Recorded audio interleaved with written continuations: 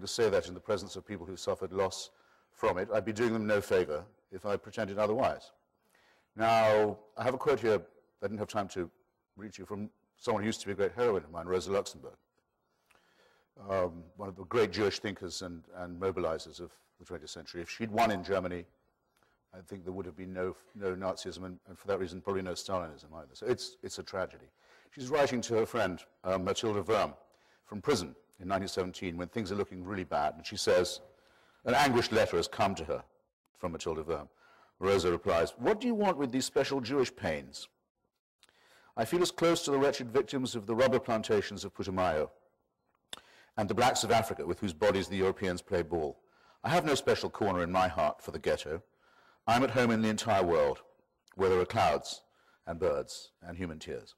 Now, one wants to applaud that kind of internationalism and non-sectarianism, of course, but I don't quite do so, because remember, this is a woman born in Poland, in Zamość. She should have known by then that any sign of anti-Semitism is not that it's a sign that something bad is going to happen to the Jews. It's a sign that something very bad is going to happen to that society. It's an unfailing sign. I'm sorry, sir, I can't say that's true about Armenia. It is a particular tragedy. It was the first state-organized mass murder of the 20th century, planned and directed, and it'll be in our hearts always, and you know you can count on me. I've often appeared at meetings of the commemoration. But it doesn't matter which society you take. The expulsion of the Jews from Spain immediately means the regression of Spain into a medieval barbarism. The expulsion of the Jews from the attempt to create a Jew-free Germany, I don't have to tell you. The expulsion of the Jews from Iraq in 1948, 9, 50. There were more Jews in Baghdad than in Jerusalem when I was born.